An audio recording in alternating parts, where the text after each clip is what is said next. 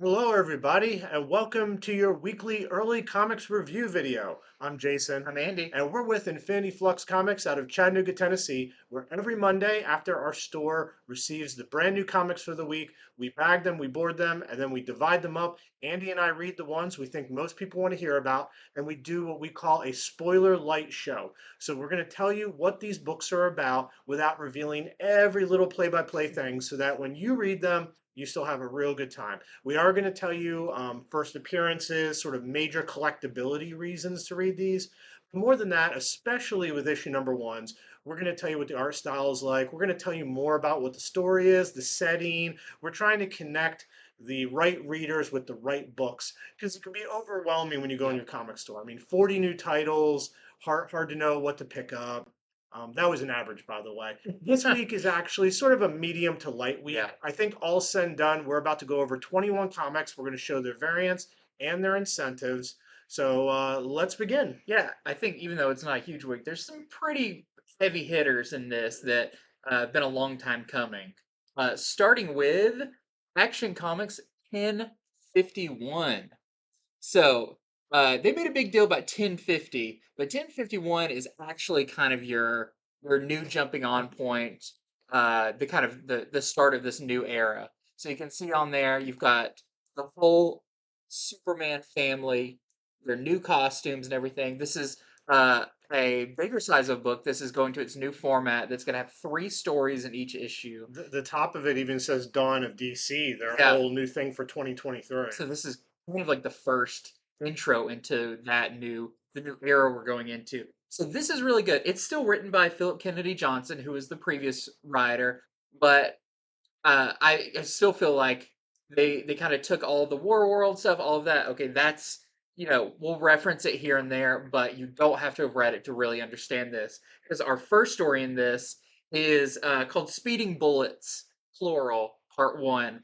And what I love about this is the thing that I feel like for longtime comics readers, all the action, everything is great, but to make the action mean something, you have to have those character moments. And this has one of my favorite character moments I've read in a while, where that whole team, that whole family of super people, actually get together at the Kent's house, and they all interact, and you actually kind of see characters that don't always talk. They're playing games, they're I was doing going all to say, this this stuff. sounds like a family picnic. It's a little bit like that, but it's definitely got some undertones of more important things going on.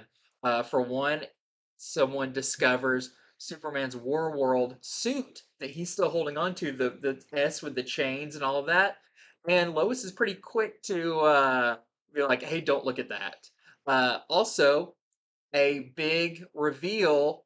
We knew it was coming, but the two kids that Superman brought back from War World, they officially announced everyone that they are adopting them, and that's great. We kind of knew that was coming, but they actually do touch on what does Jonathan Kent think about this.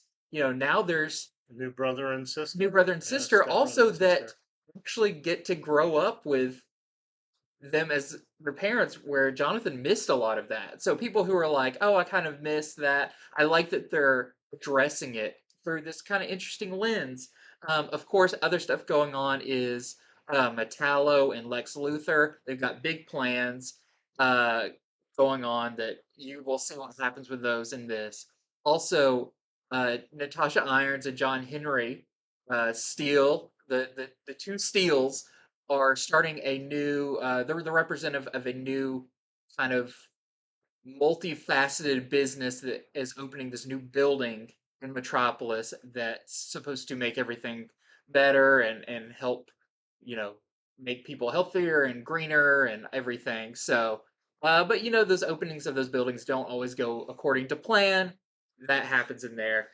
So that's just basically touching on a little bit of that first story. I really, really liked it. I think this is a great new direction. I like bringing the whole family in for a story. I think that's great. Our next story, we actually go back to. It's even called. Uh, it's not Lois and Clark, but it was uh, from the Convergence story, the Superman and Lois, where Jonathan was first born. Right. They return to that time period, uh, where you see Superman hit his black suit and everything, and Jonathan's young, and they are going to tell a story about them as a family back from those days, which I think is really cool. It says it's kind of set between like Rebirth and uh, that kind of missing years of the characters. And lastly, we have a Power Girl story by Lee Williams. The other Superman one that's done by Dan Jurgens and Lee Weeks, who did your previous Superman and Lois series. But Power Girl is done by Leah Williams, and I was really surprised by this. So we saw in 1050 or in the kind of Action Comics special, the Superman special, that Power Girl now has like psychic abilities. Actually, it was in the Lazarus Planet one shot. So she has psychic abilities and teamed up with Omen in that little story. Well, this they're taking that further, and they're actually opening up kind of a help center using their psychic abilities to help superheroes go into their minds and figure out what's bothering them. And in its first story, Nightwing actually comes in with Beast Boy on a leash because Beast Boy will not transform out of being a baby cow. And they're going to have to go inside Beast Boy to figure out what is going on with him. It actually turns out to be a pretty emotional issue. Very, very good. So, highly recommend this new Action Comics, a great jumping on point, and I think this is a good kind of flagship book for DC right now. This and Superman that we're going to be going over hopefully in a few weeks. So, definitely, definitely, if you are on the fence about Superman, check this one out. I think you'll really like it. We also have some variants. We have the Steve Beach variant, where you see Metallo and Superman reflected in that. So that's gonna all do. Did the other one come in the because that has a It has an yes, embossed the embossed shiny one. one. Okay, So very cool. I because believe I this think people one's, had to order that one a little early. yeah, They this had one because of the is production of it. $7.99. That looks great. It's really cool. It really pops. I just want to cut that out and wear that as a costume for trick or treaters. It's A- frightening. And then we have the David Nakayama Power Girl variant. It's wonderful. Yeah, it's really good. Power Girl also gets a new suit in here, and listening to her explain her suit to Omen is hilarious. It's really funny. It's one of my favorite books this week. Okay, so I read Sins of Sinister #1. So this is the oversized one shot that officially begins the Sins of Sinister. Um, I guess what is it? A event. Yeah, That's what it is. It's an event, and it's going to be told over a series of 10 years in the future, 100 years in the future, and 1,000 years in the future. This is by Kieran Gillen. The art is by Lucas Wernick. And if you've been reading the X books, you know Mr. Sinister. He has been doing so many things behind the scenes that just make you like question, like, where's this going? Where's that going? And you get to see where all of it's going now. He's done things like he was able to clone Moira in a way where he can kill her off to reset things that he yeah, doesn't like to perfect his plans. So this book mostly takes place 10 years in the future. It does jump around a little bit, but it doesn't go to 100, doesn't go to 1,000. It actually is like 10 years and then a few years past that. And it starts out and you get to see how many X-Men Mr. Sinister already has under his control. And a surefire way to know is they have that sinister red mark on their hmm forehead because he has somehow messed with the cloning. So right away, you'll see he has some very powerful members on the council already sort of at his command 10 years in the future. And from there, it just gets worse for humanity. I mean, he has so many plans within plans that you get to see unfold in this. It's very, very messed up. Now, this is supposed to be like how things can go. I don't think this is right. Like like not main continuity. correct. This is like a possibility if Sinister's plans worked well, which makes sense with Moira being Yeah. around. I mean, this could just be one of her lifetimes or not.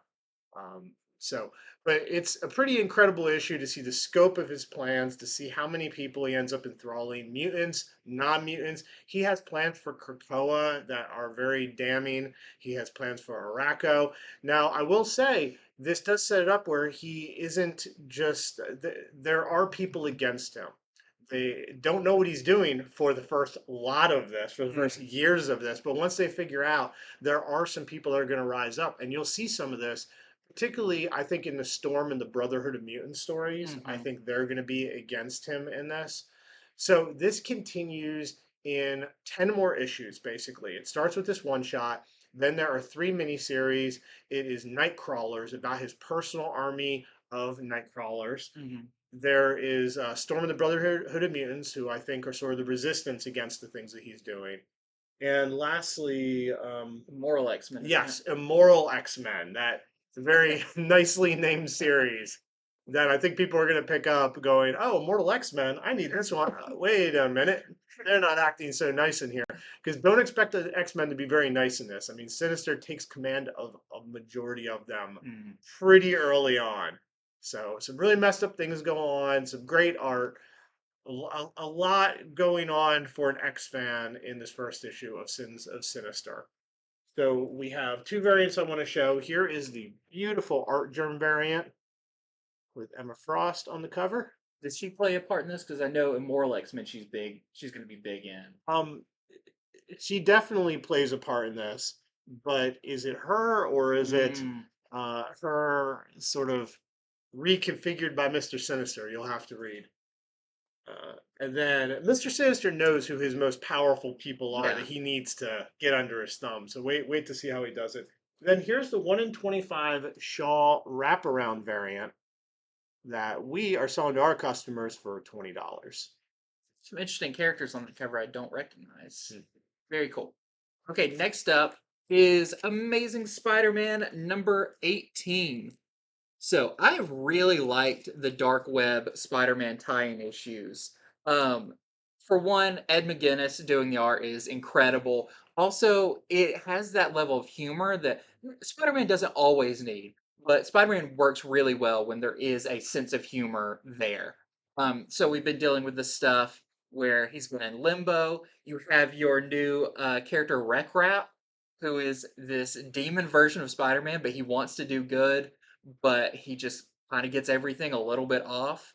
But this actually begins with a pretty startling thing. I think it picks up from what happened in Dark Web X-Men, but Madeline Pryor has actually come to terms. Jean Grey has basically apologized to her and given her memories back of her son. And Madeline's like, I think we're good. I think we're square now. So I'm going to shut this whole thing down. And she goes to tell, Ben Riley, who's Chasm now, is like, hey, I've almost got Spider-Man to eat this apple. He needs him to eat this apple to get his memories back. But he's like, we're almost there. And Madeline's like, yeah, I think we're done. And Ben's like, oh, so just because you got what you wanted, we're done? That is a little selfish. It's a little selfish. So now you have the two kind of heads that were orchestrating this whole dark web thing are now turned against each other. So that sets the stage for something very interesting that's going to come. Uh, Towards the end of the issue, you see that Chasm gets a major, major upgrade, like physically, power level, everything. It's going to be really interesting to see what comes of this.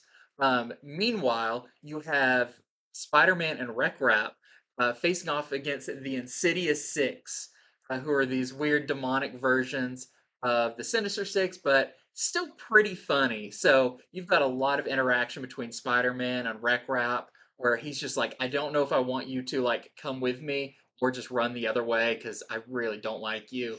It's really great.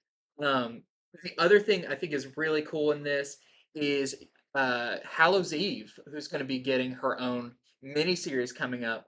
We've seen her quite a few times now since she's been transformed into that, but we haven't seen her in action. This is the first time you see a little bit of what her powers are. And that is really cool. It makes me very interested for the miniseries because we've seen her on covers and stuff. She's got masks that she can kind of pull out of Right. nowhere. What happens when she puts one of those masks on?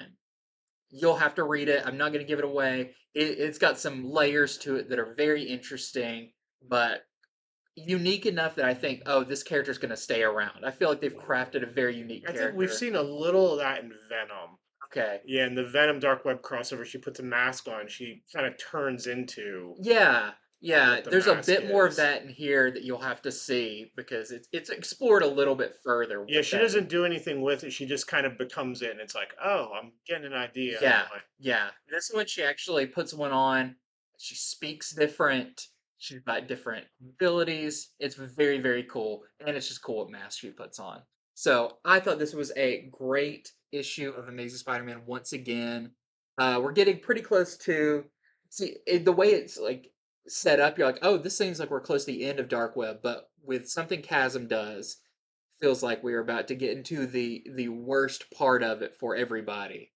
So that is Amazing Spider-Man number 18. Great issue. And we have this killer Ryan Stegman homage variant. Been seeing this cover homage a lot lately, but Stegman does a great job. Yep, the wall crawling one, Yep. crawling down the wall upside down. The stuff also that Rec Rap talks about, like instead of being like the wall crawler, he's the wall prancer. And it's just he's a little bit borderline like the mask. Like his like over the top expressions and just like crazy things he says. I really like him. I hope he stays around after this event. I think he would really give Spider-Man a headache. Okay, so I read Harley Quinn issue number 26. Look at that awesome cover It's there great. with the Harley who laughs.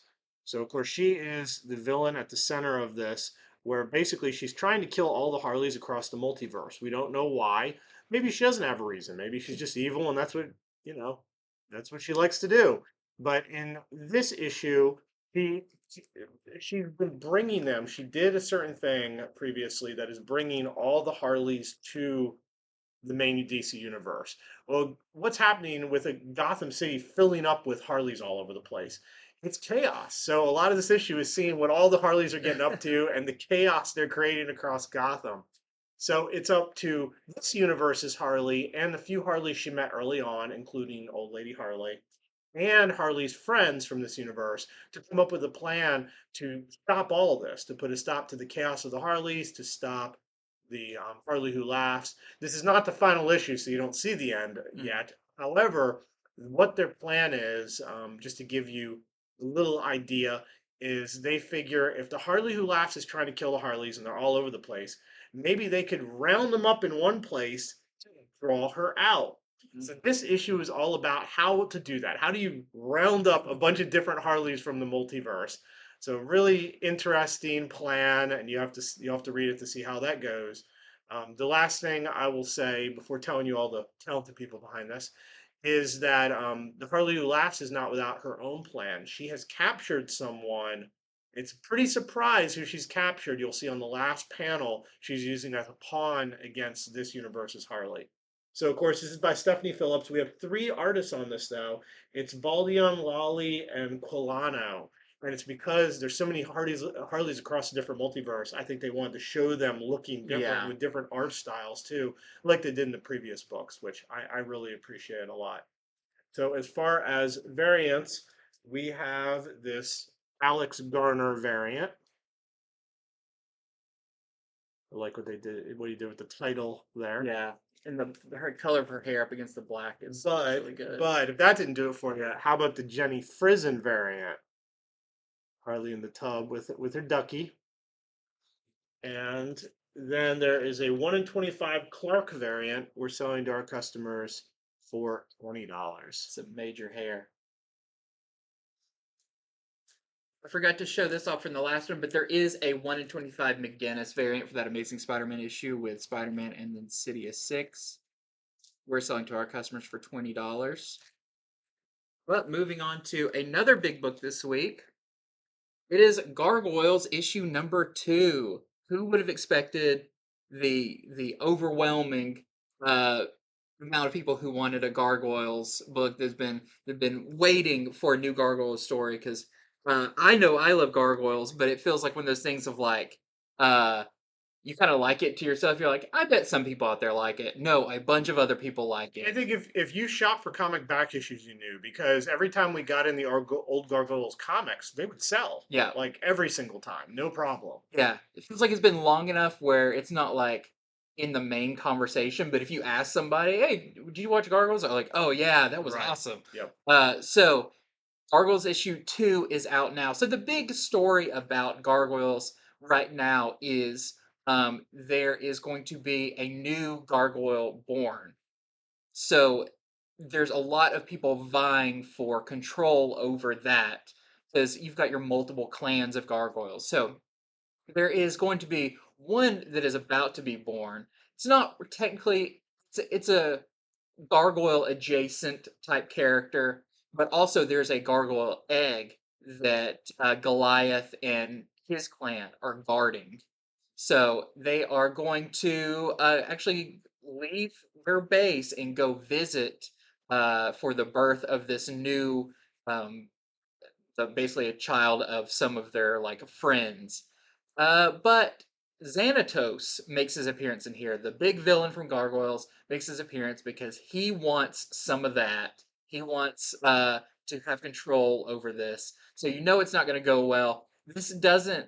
It's not like an action-packed issue. There is some kind of flashbacks and that kind of thing, but you can tell the next issue is going to be a pretty over the top issue as someone at the very end kind of declares like I'm gonna go hunt someone down.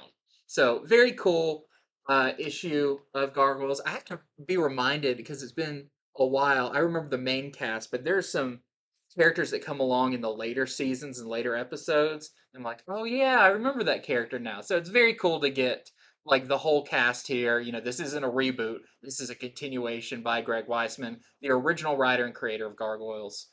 But you know, we've got a lot of variants for this. So tuck in as I go over these.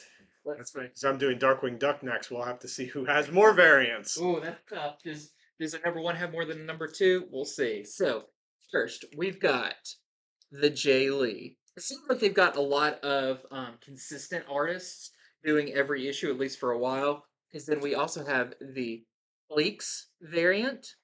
Always got to have some kind of animal or pet with a Fleeks cover. We've got the Lyrics cover.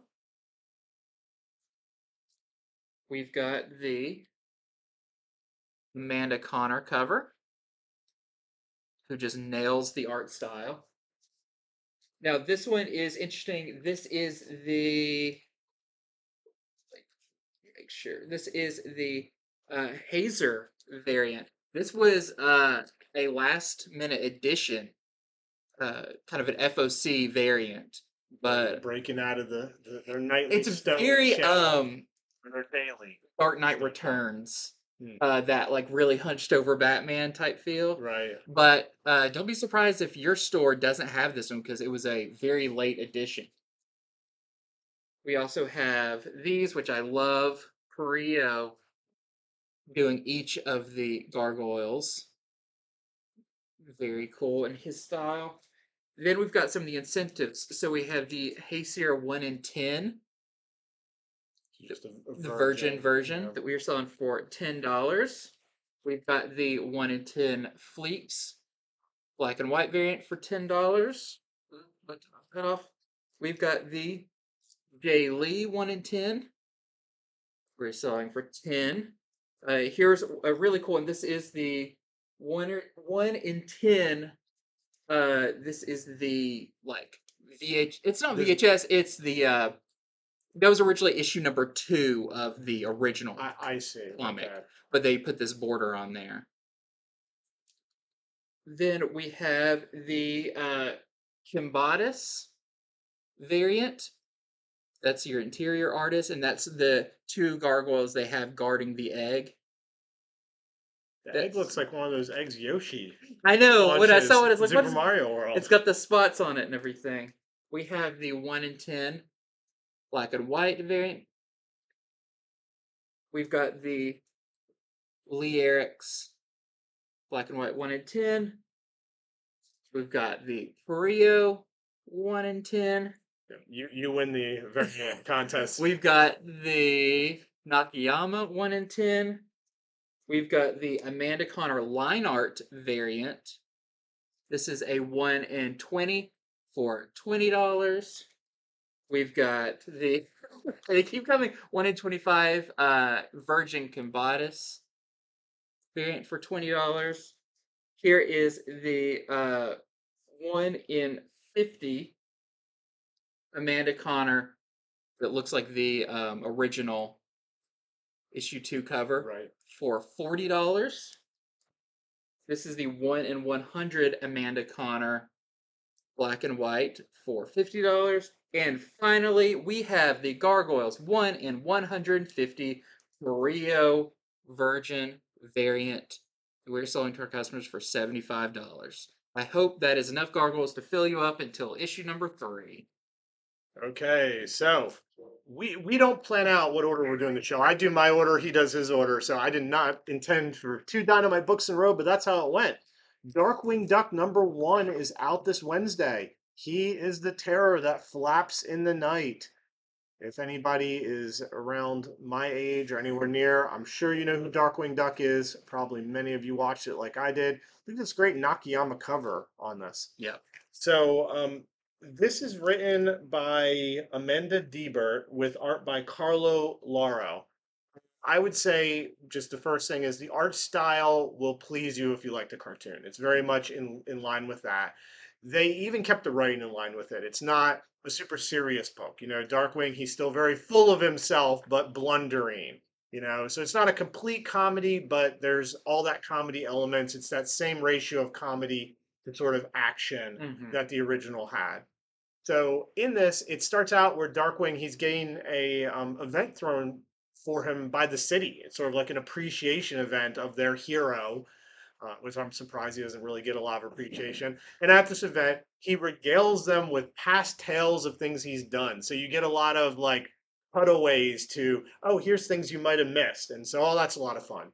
But that's just set up because, of course, the event and Darkwing is going to get attacked by one of his main enemies from his rogues gallery. If you've seen the show, you have seen this enemy. He's in so many episodes. I won't say who it is, though. You got to read it yourself. But this enemy has been updated. That's right. He's got a new way. He's going to control people through their cell phones. That's the That update. was not in the original show. We're bringing it past the 90s. Yep, we all have cell phones now, and now they're going to control you, and everyone's going to attack Darkwing, and it's up to him to try to defeat this person. Of course, all the other side characters are there, including my favorite, Launchpad, who I followed from DuckTales. Launchpad's in it, a lot of other characters from Darkwing Duck.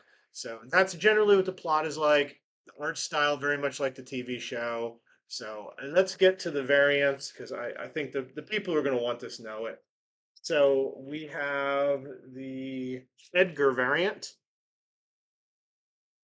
with Darkwing riding his motorcycle. We have the Faulkner variant. See, there's Launchpad. We have the Lyrics variant.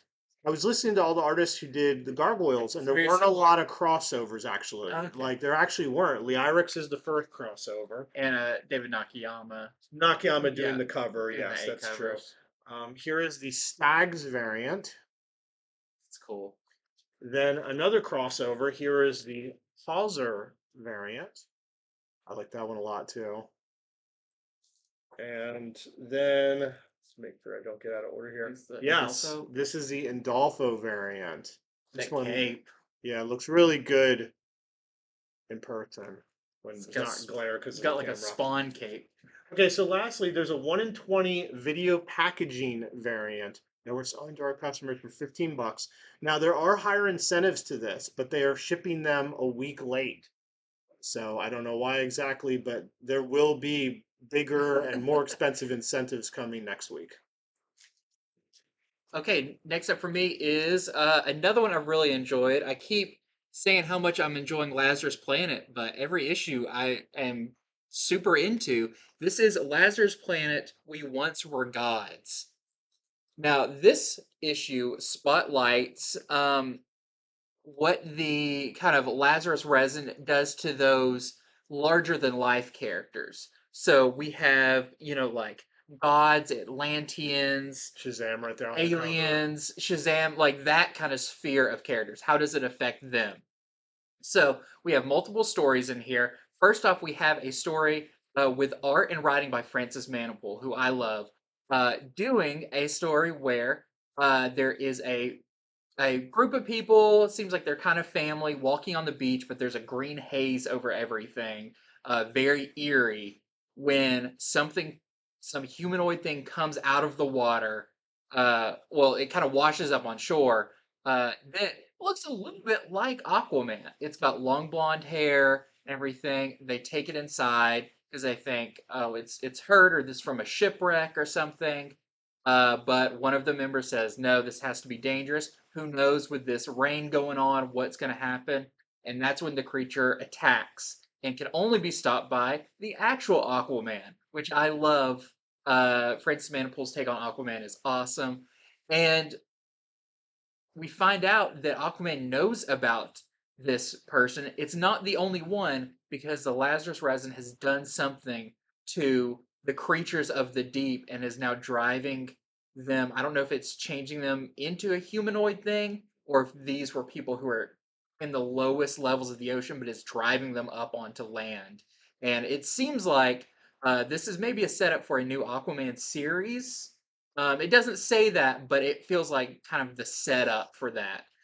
Then we have a story of Martian Manhunter. Very cool, where he is actually kind of floating like Superman does above the planet, and he's scanning basically what the Lazarus resin and rain has done, and he spotlights like kind of a key part where he flies down to, and we meet a new character named let's see, Raphael Arce, and he has the ability now from the Lazarus stuff to absorb the pain of other people.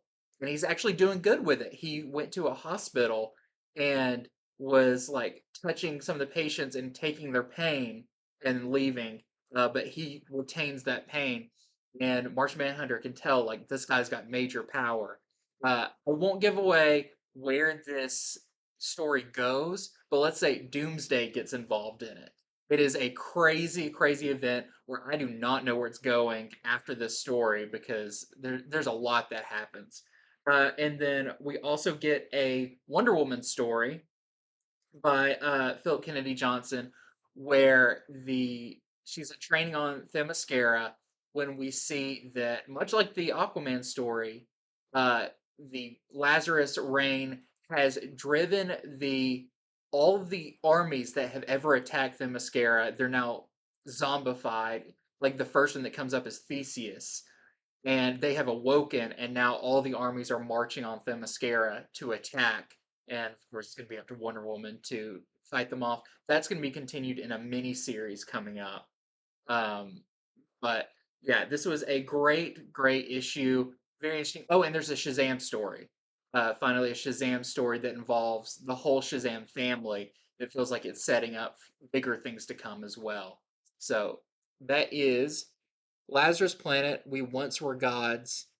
Number one, it's a one shot, but definitely check this out. I feel like just like Action Comics, this is giving us kind of a hint of what this next year or so is going to feel like at DC, and I think it's really cool. We've got some variants for this as well. So we have the Matina variant. It's going to be dark, but what is that? A mix of Martian Manhunter and Doomsday? You'll have to read that story to find out, but this does happen. Then we also have this. This is the Dave Johnson cover where you see Artemis and Nubia fighting off some of those undead soldiers. Okay, so I read Midnight Suns issue number 5. Well, who is this young, attractive character on the front here? I can't tell you. It'd be too much of a spoiler because honestly, that this is kind of the biggest part of this issue, except for the fact it is the finale. So it's the last issue of this miniseries. The new Midnight Suns team have to help Zoe Laveau stop the impending evil from happening. So if you've been reading it, you know what's going on, and it will come to a close. But this character, who is not exactly a new character, maybe a new version of a character, I have a feeling is going to stick around the Marvel Universe for certain reasons. Just check a certain schedule and you'll see. Yeah, yeah. I think y'all probably know what I'm talking about. So I will say no more on that. But as far as variant, we have this really cool Kyle Hotz variant for the last issue of Midnight Suns, starring the Midnight Suns, Zoe Laveau, and Agatha Harkness. Yeah, you mentioned like that feels like a lot of the series was leading up to that, and comics are they'll do a lot of miniseries, and it's a miniseries to kind of move a chess piece. Like, For sure. oh, we go from this to this, and you don't realize it until you get to the end. It's like, oh, I see what this series did, and I feel Hmm. like that's an example of that. So next up, I have some Star Wars books for you. I'm going to group them all together. But starting off with, we have Yoda number 3. This wraps up our first story arc. I believe this is a 12 issue maxi series broken up into, at least right here, a 3 issue story arc. The next one starts the Dooku story. But very cool. It almost feels like an episode of Clone Wars. Um, this first story. We've got Yoda is so small but so powerful. Yes, we've got this Pascal Ferry variant for that. And then we have Star Wars The High Republic, The Blade, number 2. I really enjoyed and am enjoying the Blade series, following Porter Engle, the greatest swordsman of the Jedi. This does have some first appearances in it. Now, as a avid Star Wars reader, I don't know if any of them are actually going to be like, oh, this is the big first appearance. But there are first appearances of characters in there. We've got Envoy Celine, Field Marshal Posen, Sevens, the droid, Prince Colden, and General Vase. So there's some first appearances. Now, will we ever see them after this miniseries? Who knows? But always want to let you know for Star Wars when first appearances come out. We also have this David Lopez variant that is really cool.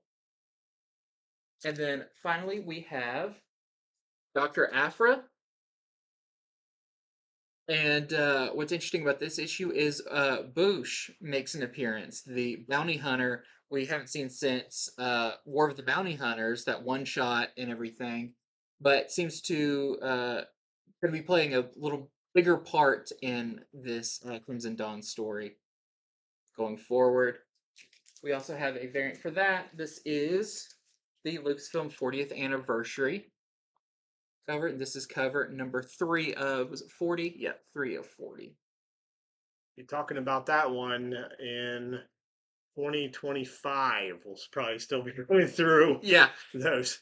Okay, so next up, I read Detective Comics number 1068.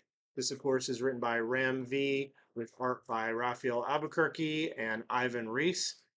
So this issue, a lot more is learned about the Asmers and sort of their plan, or the people using the Asmer substance. So it seems that they are collecting up the poor and destitute from Gotham, and they're using the Asmers on them to turn them into these like crazy demon things that Batman's been fighting since the beginning of this arc.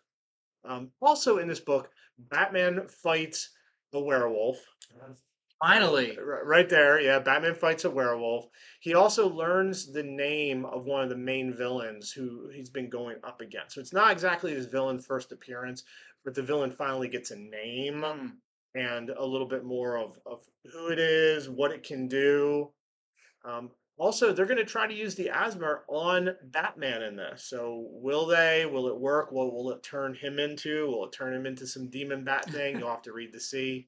And it seems that his only possible savior, or possibly maybe this person will instead just kill him, is Harvey Dent, who's been on the sidelines struggling with his own struggle. It seems he is he might be a good help, or maybe he'll use this as an opportunity to finally stab Batman in the back once and for all. So all this is going on in Detective Comics issue 1068. All you had to tell me was there's a werewolf. I knew that part. It's like, yeah. Okay, so we have you get to find out how prepared Batman is for werewolf attacks too. That's a great Yep. sentence right there. So here is the Inhyuk Lee variant. I see a little bit of what you're talking about. Yeah, that thing. Yeah, it looks more wolf-like in it though. But you know, that kind of looks like Man Bat. that was Inhyuk Lee's version of it. And then this one is done by Ivan Reese, Danny Mickey, and Brad Anderson. So 3 people worked on this variant. And then lastly, we have a 1 in 25. This is the Doran variant. We're selling to our customers for $20. First appearance of 3-headed Batman. Is he like sledding on this thing or oh my lord. That's a mind twister. Okay, next up for me, just real quick, wanted to talk about this. It'd be very hard to explain, like, oh, here's what happens to this issue if you haven't been reading Saga, but mostly showing you this to say Saga is back after its hiatus. When we heard it was going on another hiatus, I think a lot of people were holding their breath, being like, how long is this going to be? But no, Saga number 61 is out this week. Another great issue installment with more surprises, especially the last thing said on the last page uh, is pretty shocking if you've been reading Saga for a while. So very good, mature as ever. But I know a lot of people are going to be very happy that this book is back out. Yeah, they take breaks between arcs now. So every Yeah. 5-6 issues, they're going to take a break. I'd rather them do that than a like 3-year break. Yeah. So that's supposed to be over, and this is the first time showing. Yes, they took their little break between arcs. Now they're back, and that gives a chance for everybody who's reading it in graphic novel to pick it up and not be too far behind everyone. I think that's honestly a little what they're doing. Yeah. So because we sell a lot of Saga by the graphic novel. Yeah. Okay, so next up, Last Ronin is back. That's right, with Last Ronin: The Lost Years #1. So this is a mini series. This is not a one shot. And this first issue has some pretty important stuff I can't wait to tell you about. This is by Kevin Eastman, but it's also co-written by Tom Waltz, who does, the TMNT ongoing series, who's an excellent writer. Like the 2 of them working together on something's awesome. And the art is by S.L. Gallatin. So, or I'm sorry, S.L. Gallant. I said his last name wrong. So this is the first appearance of the new young Teenage Mutant Ninja Turtles. I mean, they're not officially called that yet, but at the end of Last Ronin, it was a pretty dark ending, but there were some young turtles. There were some baby turtles. Well, they continue that story right off the bat in this one. You get the turtles, they're no longer babies, they're not adolescents, they're being trained by Casey, and they get names. They each have their own personality. That you get to see them interact and kind of squabble with each other. Do they have bandanas yet? No, they do not have bandanas yet. So, and they haven't really picked what weapons are theirs either. I mean, this is really early. They are, I don't know, like age wise, maybe like 11 or 12-year-olds. Hard to tell. That would Hard be to my tell with guess. their turtles. Yeah. So I will say their names are Odin. That's Odyn. Uno, Moja, Moja, and Yi, spelled Yi.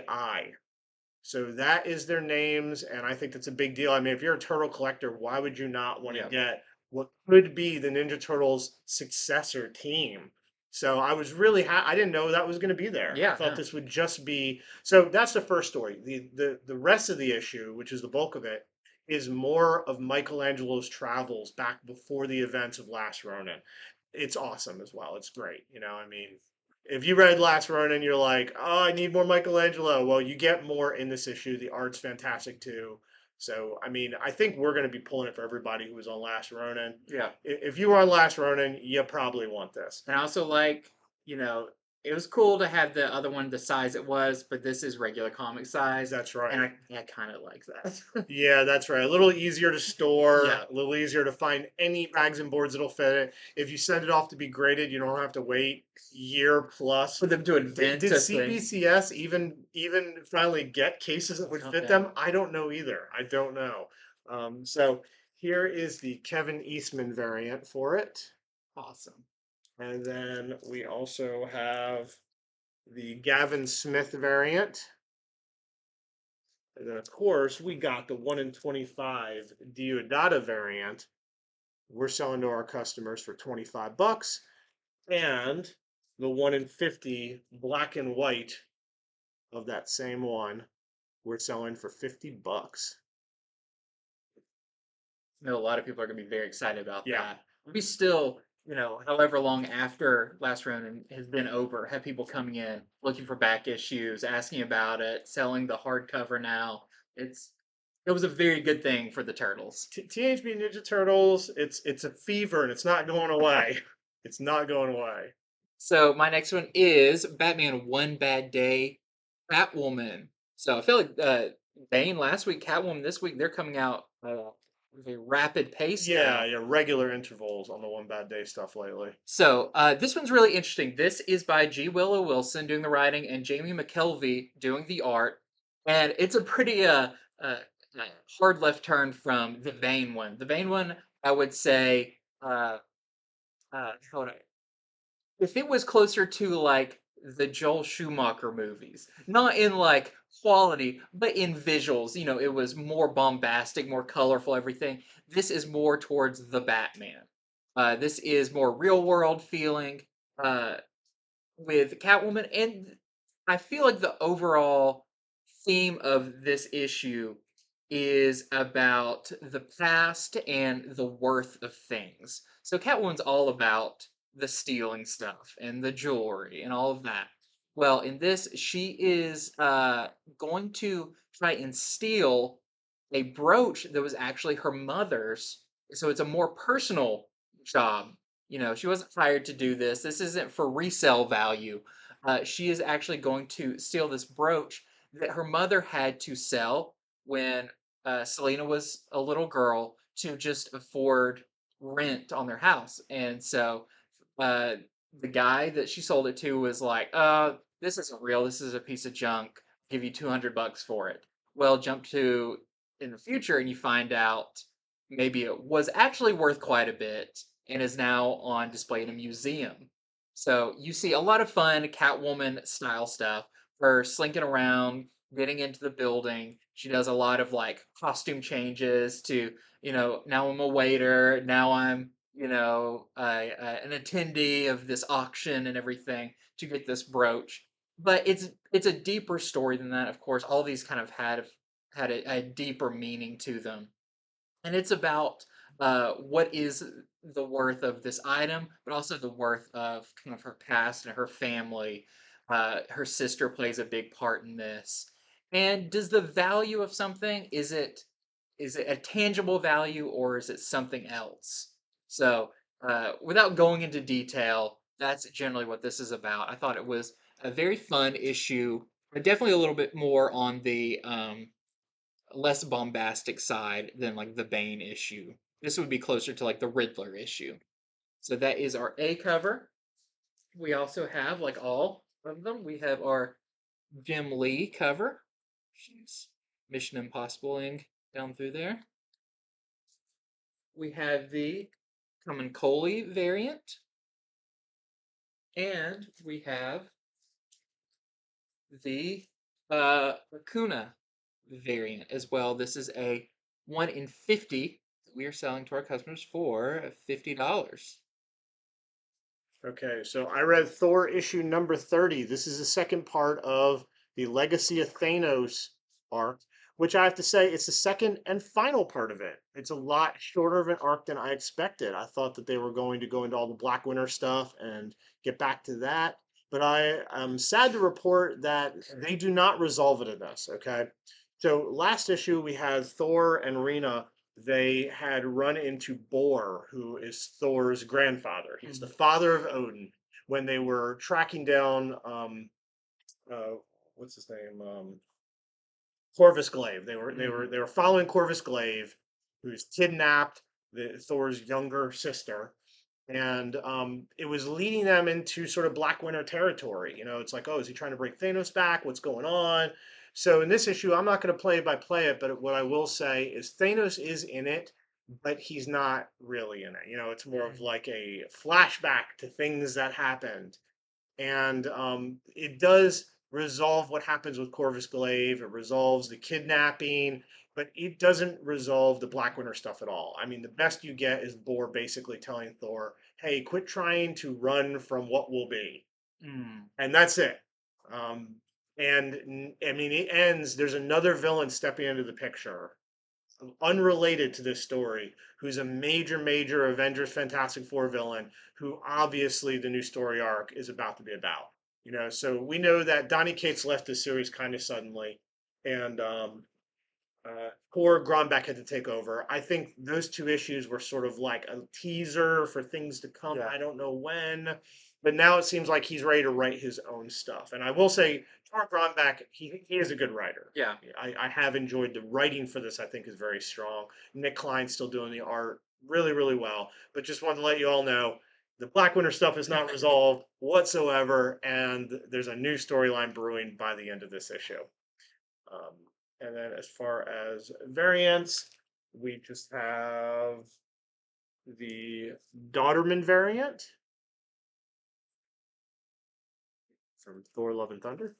And there's a 1 in 25 Pro variant that we're selling to our customers for $25.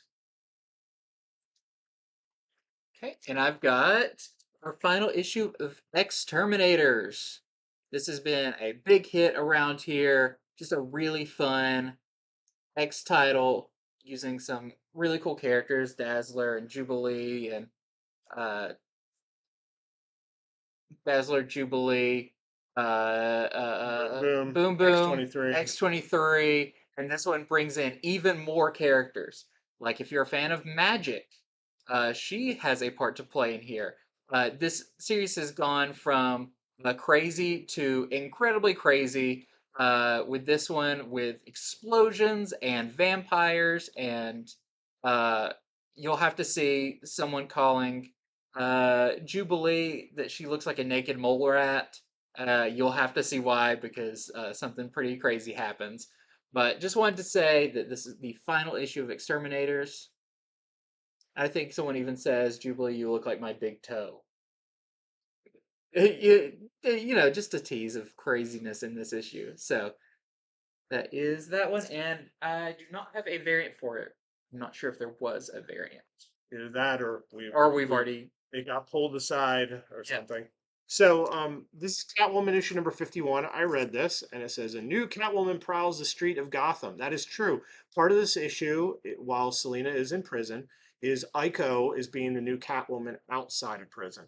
But that's like maybe a core of the issue. The other three cores of the issue is Selina Kyle in prison, which, it's always cool to see heroes and anti-heroes, what happens when they're in prison. And she's not there as Catwoman, as the cover shows. She's there as Selina Kyle.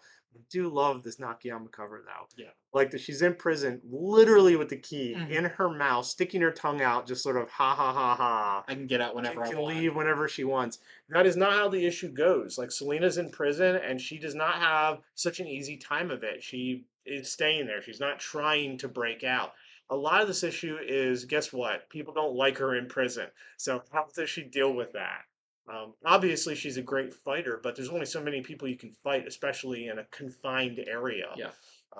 So that is a lot of what goes on in Catwoman number 51. Her in prison, and then Ico sort of out on the streets trying to fill in for her. Here we got some great variants for it. This is the Sway variant. It's great. And then we have this really cool Sweeney Boo variant.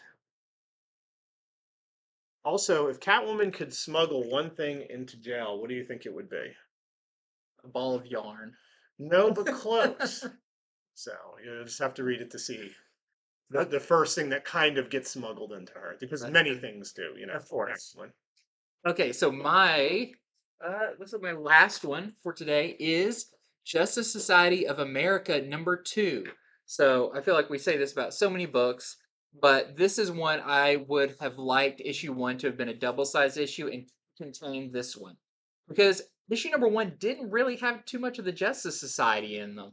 It was mostly focused on Helena Wayne, the daughter of Batman and Catwoman, who's from kind of a little bit in the future. Well, in this one, she actually gets thrown back into 1940, where she is found by the Justice Society, They're your classic Justice Society, and is kind of she recovers there, and she basically is like, I'm here to find Doctor Fate. He has something to do. He's the only person who can save the future. So if you've read some of the previous stuff, I think that Golden Age one shot, you know that somebody's going through time and killing all of the Doctor Fates. So you get a little hint of what's going on there. But one, it's great to see the Justice Society being very Justice Society. They all have really cool personalities that are kind of classic. But when Helena goes to like interact with Doctor Fate, Doctor Fate is actually thrown to a different time. Is it physical? Is it mental? You'll have to see. But that is where we find Doctor Fate in Slaughter Swamp, outside of Gotham, with our new character who appeared, I believe, in the last issue, Salem the Witch Girl. A very cool character. But some other new characters are hinted at, but he doesn't know how he got there and everything. This is a issue of kind of time hopping where you're getting little pieces of the story here and there, and how did this all fit together, who is behind it. uh it's done in a very cool way, so if you like that kind of, it's not disjointed storytelling, but like puzzle pieces, and you're as you're reading it, you're placing the, okay, this takes place a year after that, so that would mean this character was here, and these characters haven't met yet. It's a very interesting. There is our first mention of not Justice League Dark, but Justice Society Dark, which is very cool. The first appearance, or not first appearance, but first mention, you've got Solomon Grundy, but who is the bride of Grundy? So if he's like a Frankenstein, who is his bride? A lot of hints of really cool, big stuff to come. And at the end, you do kind of see, you see the Justice League Dark, but maybe you get a hint at who the Justice Society Dark, what's that made of. So really cool issue. That's why I wish the two were combined, because you get a lot more of kind of what the series is going to be in this issue. So that is our A cover. We also have multiple artists on this: Michael Janin, Jerry Ordway. Very cool. Everyone kind of has their own time frame they dabble in. And then we also have this variant. This is the uh, Yannick Paquette variant with our new Mr. Midnight. All right, the last one I'm going to mention before we go over the other ones that are coming out this week, we're not showing off. It is Invincible Undeluxe. That's right, this is a reprint of the first Invincible, but it is not in color. It is just the penciled and ink version. It has a lot of extras, though. It has the cutting room floor stuff. It has some of the original script. It has promotional designs, things of that sort. You know, the groundbreaking 2003 series. Yeah. So this is out this week, or if you'd rather, or if you want both, they're doing a facsimile re-release of the number one as well. And this is going to be exactly like it was released back in 2003. I wonder how well they timed it with that new teaser trailer that just came out I'd the other say day you've for got a season pretty two. good hand on the timing of all this. Robert Hertman said like this year and next year are going to be very big for Invincible, with even more stuff that we don't even know about yet. So I think So that's really cool. before we go, here are some other comics just to mention that are out this week that we don't have time to show off. We don't have time to read every single one. So Batman Gotham Knights Gilded City #4 is out. We also have Blue Beetle Graduation Day #3, which I believe is the first appearance of the Green Beetle. DC Horror presents Sergeant Rock vs. Army of the Dead #5 releases. We also have Human Target #11. Punchline, the Gotham game #4. That has a really nice variant. Sandman Universe Dead Boy Detectives #2. Tim Drake Robin #5. Doctor Strange Fall Sunrise #3. Awesome art in that. Yeah. Creep Show #5 is out this week. Also, a new Dragon Age comic for all the Dragon Age fans. Dragon Age Missing #1. I almost went over that one, but it's like, you know, every time that those come out, nobody buys them. Then the game comes out and everyone wants it. Yeah. 2 months too late. Inferno Girl Red Book 1, Issue 1 is out. The new one from the Radiant Black Yep. universe. Then we have Mighty Morphin Power Rangers Teenage Mutant Ninja Turtles 2 #2. Junkyard Joe #4 is out.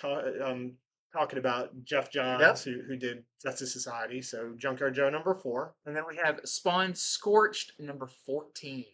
Okay, so that is it. We hope we've done our job and we've told you about the comics that are coming out this week, and you are armed with that knowledge to go into your store and know exactly what you want to buy. If you're watching on YouTube, hit the subscribe button so you don't miss our future videos. We'll be back this Friday with Comics from the Future, your first chance to see all the covers and the variants to be able to order them when they are open order. Until then, have a great week.